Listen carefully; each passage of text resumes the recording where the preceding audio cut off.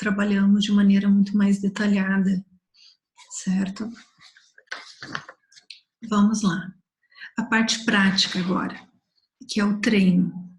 Da mesma forma que para você ter um músculo bem definido, você precisa treinar. Então, primeiro, cognitiva, a questão cognitiva. Para que treinar? Para desenvolver a força, para desenvolver a resistência, para desenvolver a sua resposta mais assertiva de acordo com o que o ambiente exige de você, certo? O mesmo ocorre com as emoções. As emoções, elas servem para sinalizar ao meio e para nós mesmos o que está acontecendo fora ou dentro de nós, certo? Então, ela é um sinalizador, como é um semáforo, por exemplo. Então, dentro de uma escala da emoção, da mais positiva à mais negativa, geralmente o público leigo quer neutralizar uma emoção desagradável com uma emoção positiva ou super agradável. Não está errado, certo? Mas, por exemplo, nem sempre a alegria ou a euforia é a melhor saída para um estado negativo.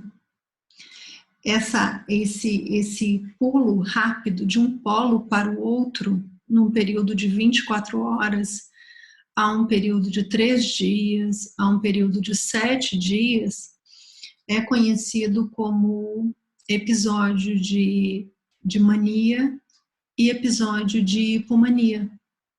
Ou seja, é um estado patológico. Há uma transição muito rápida. Vocês já devem ter ouvido sobre transtorno de depressão bipolar. É justamente isso. Passa rapidamente do -1 para o +1, de um estado eufórico para um estado mórbido, apático. Às vezes no mesmo dia. E quanto menor for o tempo dessa variação, mais grave é o transtorno. Então, nem sempre a euforia é o resultado para uma superação de uma emoção negativa, certo? E aí que entra a terapia cognitivo-comportamental como primeira linha de terapia, de neutralização, e a psicologia positiva como otimização e potencialização. O nosso esforço é passar do -1 para o 0. Primeiro neutralizar e ficar um bom tempo na neutralização para que não predomine, para que um evento ocorrido numa situação ou de uma maneira crítica não fique de uma maneira crônica, não se cronicifique. Então, passando devagar para o estágio da neutralidade, que as pessoas entendem como tédio, e aí eu citaria um estudo muito interessante de Goleman, de um livro chamado Foco.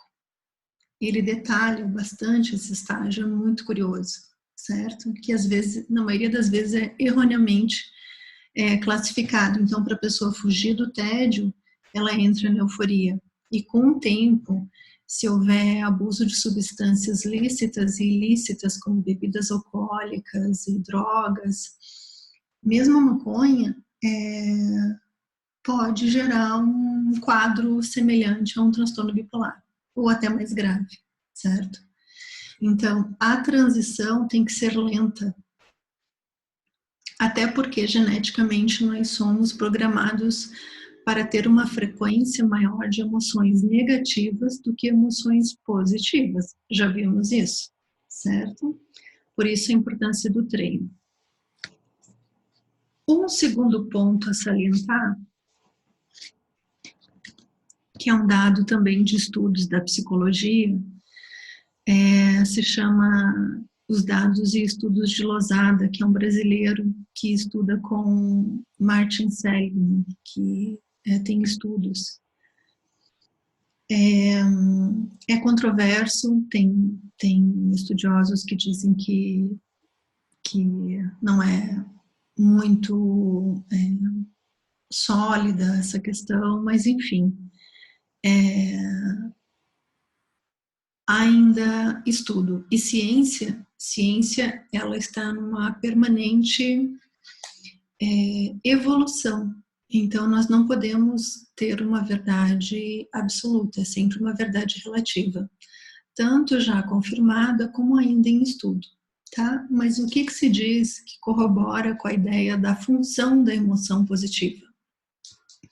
Se geneticamente somos programados para termos mais emoções negativas, sentirmos com mais intensidade emoções negativas, qual é a função da emoção positiva? A função da emoção positiva é justamente ajudar aquele organismo a superar uma emoção, uma situação altamente estressante. Porque está comprovado que pessoas que são mais otimistas conseguem transformar uma crise em oportunidade, conseguem vislumbrar saídas. Quando uma pessoa está num humor predominantemente mórbido, negativo, desagradável, ela não consegue achar a solução, ela não consegue ver saída. Então, qual é a função das emoções positivas? Abrir a mente, flexibilizar as crenças e assim encontrar meios para a autossuperação. Agora vejam, a emoção, por que é mais difícil sentir a emoção positiva? Primeiro, ela é mais sutil, ela é branda. Então, pessoas que vivem muito neste eixo, polarizados na negatividade, no desconforto das emoções desagradáveis, é como se alimentar com uma comida excessivamente salgada ou excessivamente doce. A pessoa perde o paladar para aromas, sabores mais refinados. O mesmo ocorre com os estados emocionais.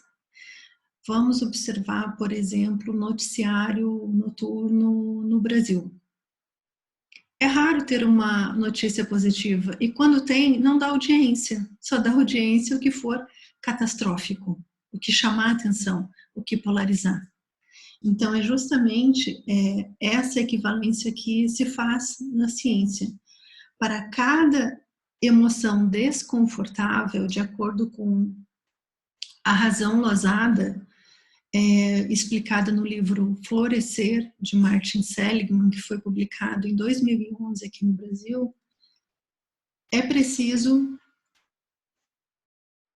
pelo menos 4 tipos de emoção positivas para neutralizar, não estamos falando em positivação. É preciso sentir 4 emoções positivas ou 4 vezes a mesma emoção positiva para neutralizar uma emoção negativa. Então, esse é o outro motivo. Emoções mais negativas ou mais desconfortáveis ou mais desagradáveis, elas ativam mais a memória. Por isso que a gente tende a gravar mais o que é negativo do que é positivo. E por isso é importante o treino e a psicoterapia positiva para ir identificando no estilo de vida de cada pessoa o que mais faz com que ela se sinta desconfortável. O que faz com que ela sinta tédio, marasmo ou quietude. O que é quietude para um é incômodo para outro. E por isso que tem que ser personalizado. E o que faz cada um feliz. E o que faz uma pessoa feliz não faz necessariamente outra pessoa feliz, né? Então, aqui está a função da psicoterapia positiva. Só para estruturar, recapitulando, A pessoa está num estágio desconfortável, num estresse eventual, num estado de alerta, então buscar atividades que neutralizem este estado de humor, para daí começar a positivar. Não adianta pular daqui para cá. O que vem rápido, vai rápido. Por isso que as drogas não funcionam, elas funcionam num estágio. Tá. E como neutralizar de uma maneira mais eficaz? O que vem dando resultado para vários quadros, ansiedade, depressão, estresse, é atividade física. Essa é a função da atividade física. Ela propicia, ela aumenta a concentração, o organismo se desintoxica e, além de se desintoxicar, produz endorfina, serotonina, dopamina. Então, a atividade física diária, ela é muito benéfica, principalmente em quadros de depressão, como estratégia de ativação comportamental, para que a pessoa se sinta um pouco melhor ou menos pior. E em quadros de ansiedade, para que a pessoa diminua a sua aceleração. Então, uma caminhada, uma corrida, uma atividade um pouco mais intensa, ou até lúdica, como, por exemplo, dança, que faça o organismo, o coração bater, a transpiração, faz uma simulação para o cérebro como aquele organismo lutou com o adversário e ganhou, então ele merece ser premiado. E aí vem a questão da endorfina, dos neurotransmissores do prazer e da serenidade. Então, é difícil falarmos em bem-estar sem a ativação de comportamentos proativos como atividade física. Por isso a gente fala tanto, é muito fácil chegar e falar: acorde cedo, vá correr na praia, vá correr no parque, mas isso tem que fazer um sentido para a pessoa. Enquanto não fizer um sentido, ela não vai se mover, porque o organismo ele tem uma premissa de se manter estável, de poupar energia, não de gastar energia. Isso faz parte da nossa genética. Então, pessoas que correm, maratonistas, eles não fazem porque é agradável.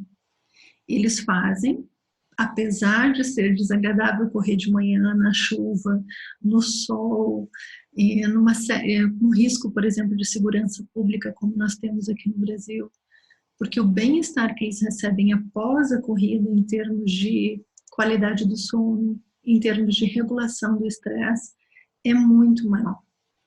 Agora, como que a gente descobre isso?